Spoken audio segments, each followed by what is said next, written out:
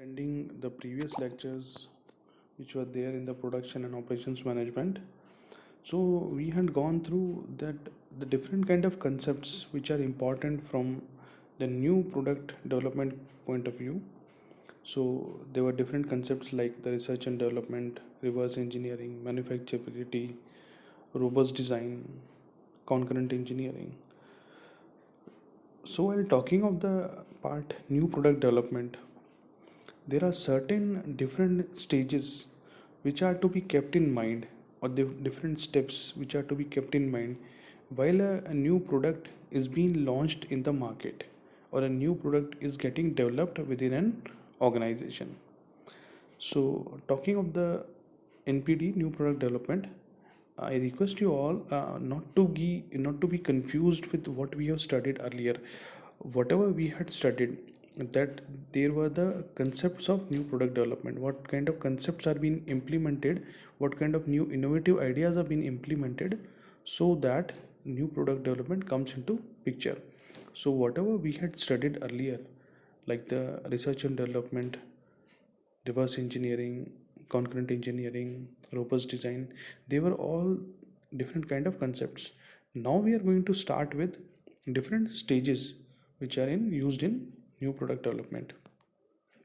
So I'll start with the first thing, that is your idea generation.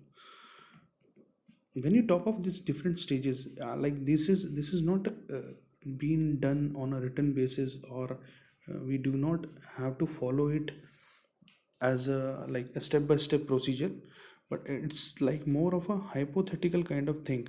Like this stages are there while launching any kind of product. So it's more into like hypothetical part, and practically the situation might vary a little bit. So starting with the first stage, that is the idea generation. It's the first stage of new product development process, where like various ideas of new products are considered, and there's a checklist of various criterias, such as the alignment with strategic goals, budgets required, and the potential of customer advantage. And all these things are used at this stage. And might be criterias like definitely required and like the desirable options while launching a new product. So they are all taken into consideration.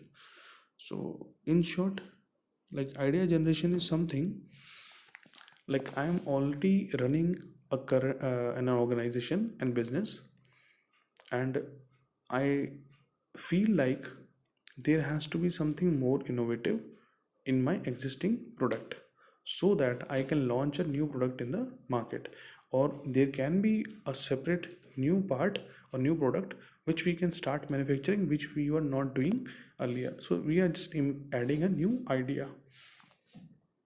I'll take a small example for in this case. I may be a owner of a firm which is manufacturing different kind of mechanical devices, different kind of mechanical machineries. Like suppose I'm the manufacturer of lathe machines, shaper, milling. My organization might be manufacturing that, but and when I feel like I need to be more, I need to have more strong penetration in the market. So maybe I may come up with an idea, or someone may come up with an idea that yes, you can go ahead and along with your machinery, you can start manufacturing single point cutting tools. You can start manufacturing the round files, rasp files, which we use in our workshop technology process. So I am the manufacturer of the different kind of machineries, different kind. And suddenly if I feel like is it a compatible, or is it a good decision to start manufacturing single point cutting tools just because they have got a great demand in the market? So that is the my stage one, that is idea generation. So I need to check it out with my organization, whether this manufacturing or starting of production of this single point cutting tool is matching with the goals of my organization or not. Because my organization might have a different vision, different goals, And this might seem to be very absurd with my organization, that instead of manufacturing machines, I have started focusing on a new product, that is single point cutting tool. So that is the idea generation stage, stage 1. So I do have an idea in my mind. Stage 2 is the initial assessment. When you talk of this initial assessment stage, in this stage, usually if the ideas are screened from stage 1, so we jump to stage 2. Usually what happens, your ideas, if they are blocked in stage 1, or if we have a number of questions for idea, the new idea which we have, we stop at stage 1 itself. But if you feel like the idea is good, we can go ahead and we can try to have this new product with our organization. So we jump to stage 2, that is the initial assessment. So this stage, stage 2, comprises a quick assessment of market potential and technical feasibility of the proposed idea. Again, I'll repeat it. We focus on quick assessment of market potential and technical feasibility of proposed idea.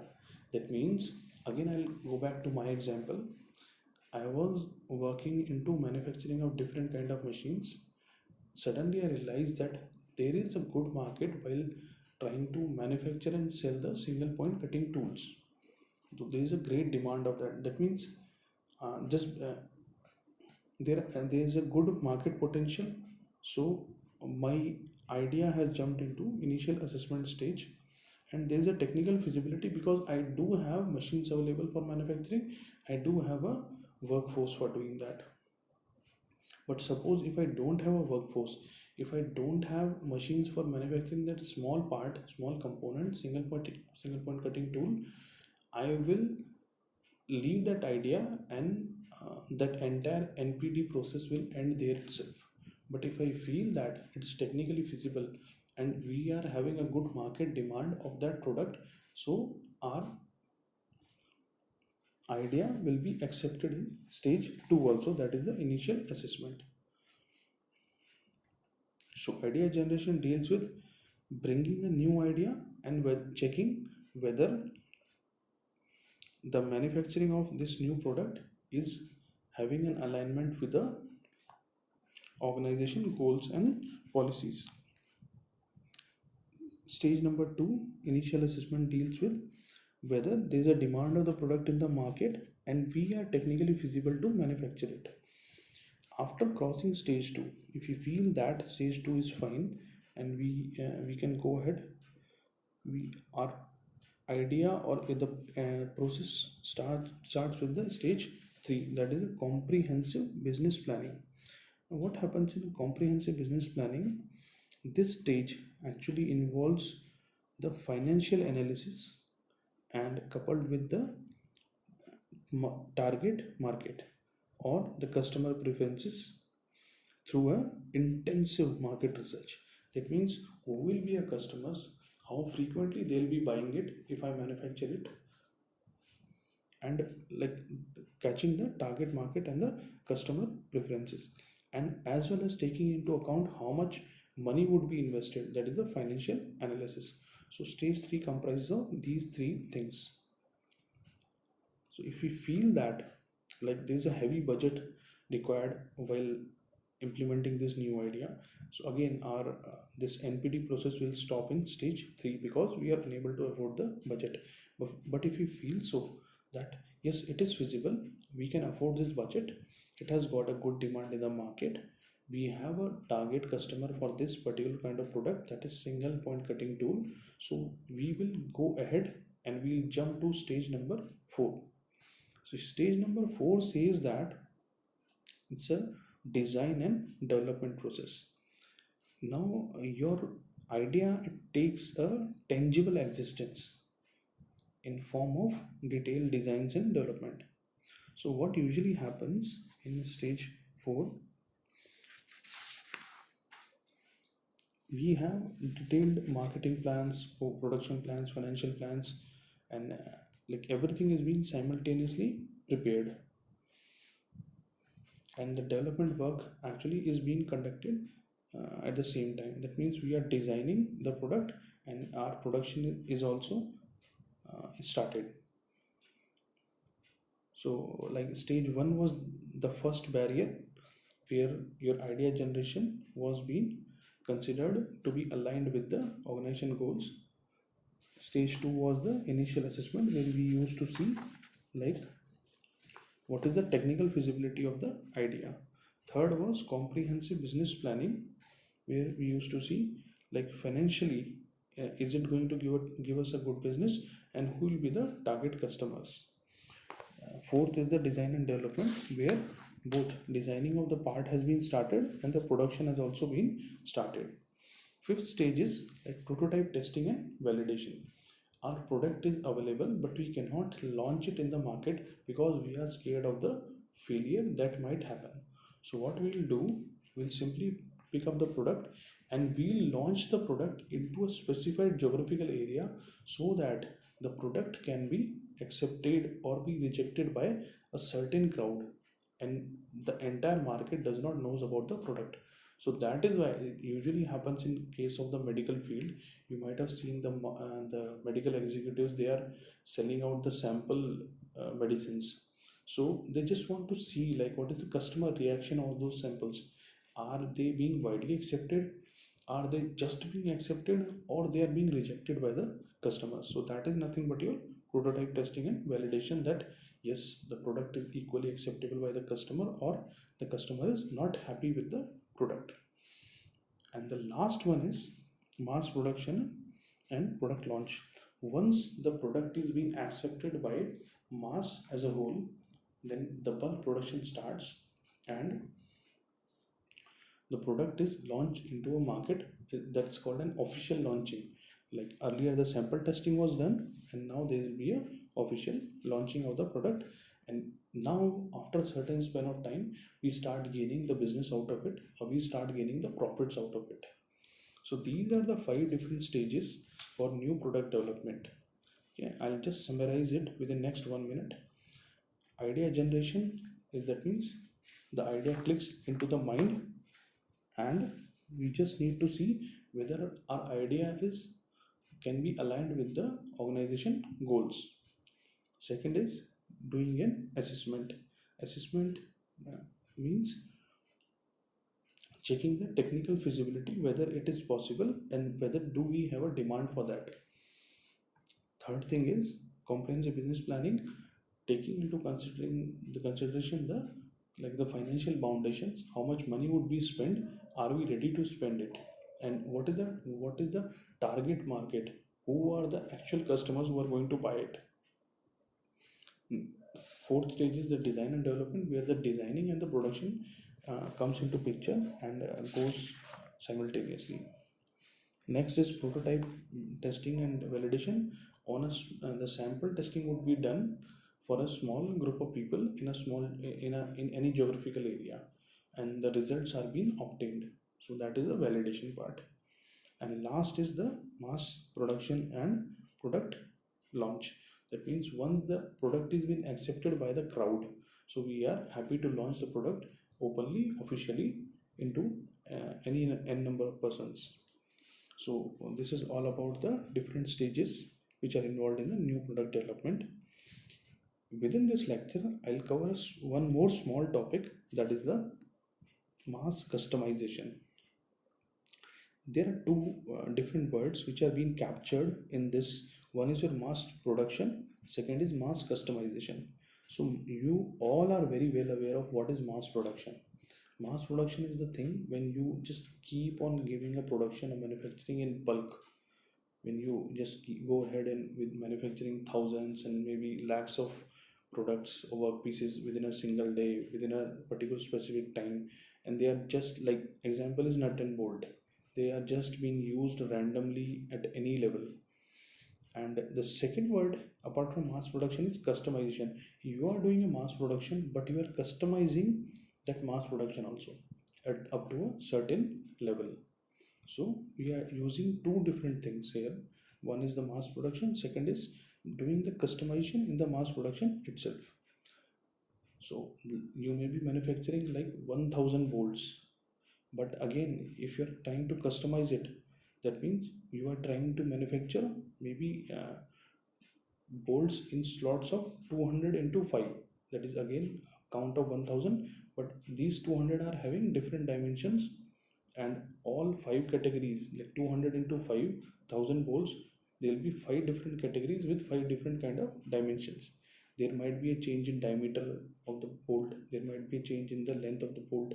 So you are doing a mass production, but you are again customizing it up to a certain level. So that is the mass customization. And like this mass customization is also used in the supply chain management. Now when you use mass customization in the supply chain management, I'll just give you a small example which I feel that there are numerous number of things, there are numerous number of examples, but I feel so that this mass customization in supply chain management, the best example is the DTH services within India. You all know that the DTH services in India started with Tata Sky. So it was a major prime player or the superior player in the market, and it launched this product of direct to home services in a very early stage, where the other companies were still in a thinking stage. Now what used to be there, we all know that we had cable operators giving the cable connections to our home maybe 15 years back, 20 years back. But now since last 10 to 12 years, this thing D2H has come into a as a like superior player in the market. So when you used to have a cable operator giving a cable connection to your home, there used to be a certain amount of money which we used to pay, that is 300 rupees or 400 or 500 plus installation charges. That was a fixed amount which you need to pay every month, and the fixed number of channels which you were getting, the same numbers were being got by your neighbor and the other people in your vicinity or the colony. But what D2H did, initially they launched it for customers, and later on they started giving it in forms of small packs, or they were trying to customize it based on the customer preferences. So you can customize it up to your own level, and this is the recent introduction by TRAI. That is like, if I want, I can just watch maybe like 100 channels within by paying a certain amount of money, and my neighbor, he wants to pay more out of it, and he can watch maybe like 150 channels by paying double the amount or maybe 1.5 times the amount which I am paying. And the number of channels which we are watching might be same, but the again there might be different package which he may be opting, and there might be different package which I may be opting. So they are providing services to the mass, they are providing services to maybe 20% of India, so that is of course a mass, but they are customizing the services up to a customer level for and customizing the service to differently to each and every customer. So the customers are happy, they are ready to pay for it, and they are ready to avail the services in the manner in which they want it to be. So that is nothing but a mass customization. So I feel like DTH is the best example which I've seen in terms of mass customization.